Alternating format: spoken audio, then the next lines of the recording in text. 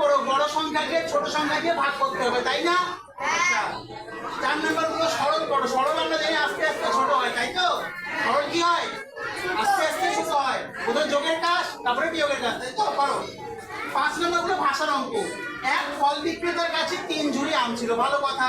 প্রথম ঝুড়িতে 148টা আম ছিল, দ্বিতীয় ঝুড়ি মানে 2 নম্বর ঝুড়িতে ছিল 215টি, তৃতীয় ঝুড়িতে ছিল 239টি।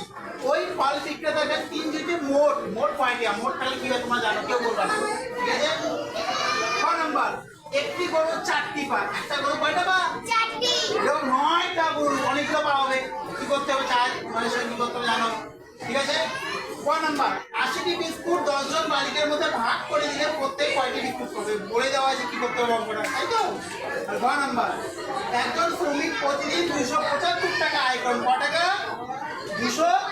একজন শ্রমিক আয় করে, ওই আয় করা টাকা থেকে প্রতিদিন 198 টাকা খরচ করে ফেলে। তাহলে খরচ করলে কমে যায় না বাড়ে?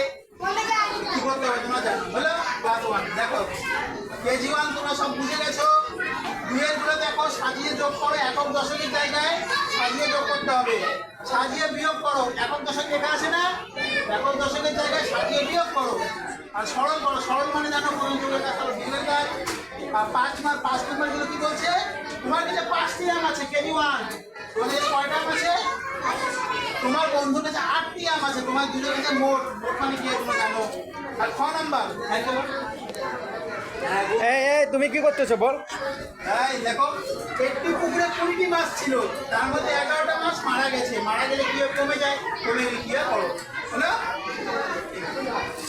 কোনো সমস্যা হলে আমি আছি, জিজ্ঞাসা করো, বুঝিয়ে দেবো, কোনো সমস্যা নেই।